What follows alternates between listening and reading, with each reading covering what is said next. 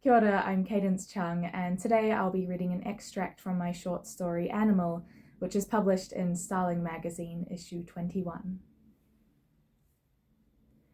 Animal. That was the summer I killed a dog. I'd just bought myself a new Masson Louis Marie that everyone was saying smelled like piss. "You smell like a boy," my mother had said. I didn't care. It made me feel like a machine. I'd never looked so good in my life. Bouncers asked me into clubs. Men would stare as I bounded down the street in my half-price Max slip skirts. I got a discount from work, and so every payday I'd go and buy a whole set of new outfits.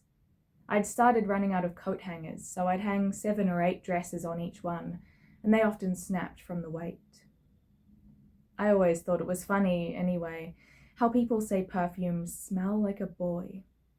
They're normally referring to some offensive EDT with too much unblended patchouli, or something cheap and chemical. But that's not how boys smell at all. They're sort of warm and sweet, dusky, as if the smell comes from their heat in a bedsheet, from physicality itself. David didn't smell like that, though. He always used that diptyque set with the matching body wash and moisturizer. When I saw that in his bathroom, I could have wept. It made me wish I could be one of those vanilla Kayali girls, the type that blast you with an eye-watering sugary sweetness when you walk past them, or enter a room where they've been. And the dog wasn't my fault. Ever since I was a child, animals have hated me with a fervor that borders on the absurd.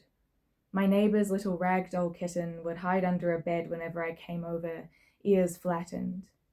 My mother's trio of horrible Siamese things would crowd around each other while I played in the paddle pool, yowling unendingly until she sprayed them with the garden hose.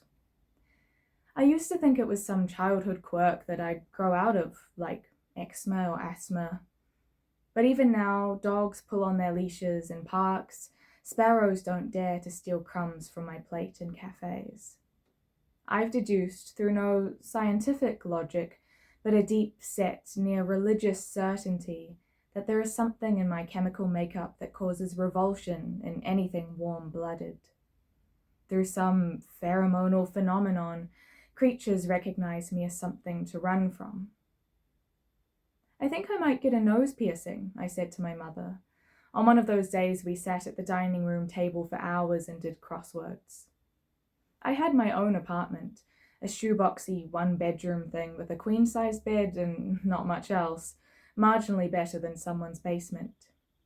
I did like the ritual of scanning my swipe card at the automatic doors, going up in the clean silver lift, unlocking the heavy door.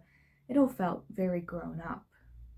But I also liked going home and saying provocative things in the hope that something would get a rise out of my mother.